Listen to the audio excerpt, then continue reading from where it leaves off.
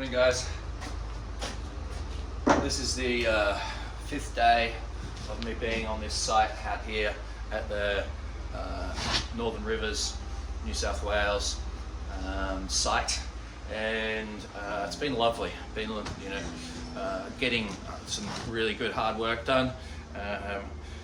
We think we got up to about 45 mixes yesterday, so that's full bags of hemp, lime, water, sand, the mixer working hard, the labourer working hard, and us on the form work and the tamping working hard.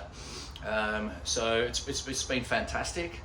Lovely weather, a little bit of break in all this rain that we've been having. But let's move on with what I'm talking about here. So here we have our Hempcrete wall, and it's interesting, this one, because we have these exposed uprights here. And these exposed uprights mean that you can just fix directly off these sheets straight onto the wall. And you don't have to have any spaces, and there's no bolts going through the Hempcrete either. Now, it makes for a really nice uniform look, but of course you do have these exposed uprights. The great thing about this is that you can attach shelving to these beams.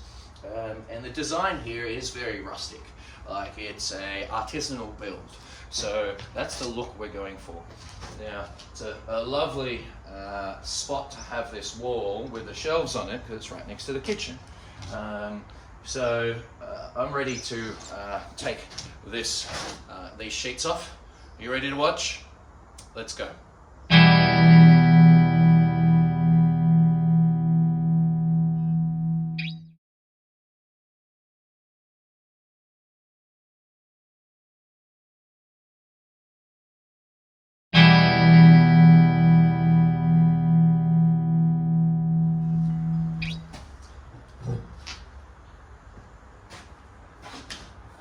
There we have it, a beautiful Hempcrete wall with a exposed 600 centres. So the line work is really nice. It actually shows a difference in the undulations of the patterns. If we look at this wall, it doesn't have 600 centres, and the lines are a bit more consistent. Over here, because you're packing in between the centres, you're not exactly sure exactly where those lines work. So you've got a little bit of a different undulation, a different natural artisanal texture, one can say.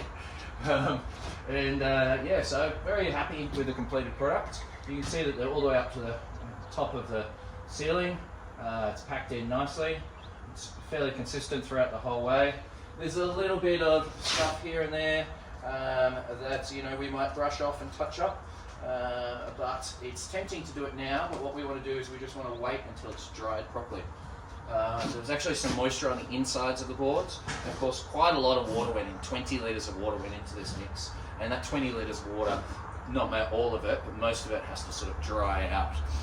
So when we look at some of the walls that we've done, the first walls we did, they're already much drier and starting to cure. Whereas this wall is just being revealed, we're just getting into the drying stage. You can already see the difference between a wall that is dried and been exposed to the air for a day, and one that just got exposed just then. We've got like this sort of more wheat picky colour down here, and then up here we've still got the grey of the lime showing, but that will all blend in to form one even, fairly even textured wall, which is lovely. And of course, with these battens, you could put a spacer and put just plasterboard, as long as it's breathable. So there's different ways you could treat this wall, but a lot of hempcreters love the look of hemp, and they just want that shining through. So yeah, it's a lovely texture, and juxtaposed against a white ceiling and a lovely floorboards, it'll look tidy.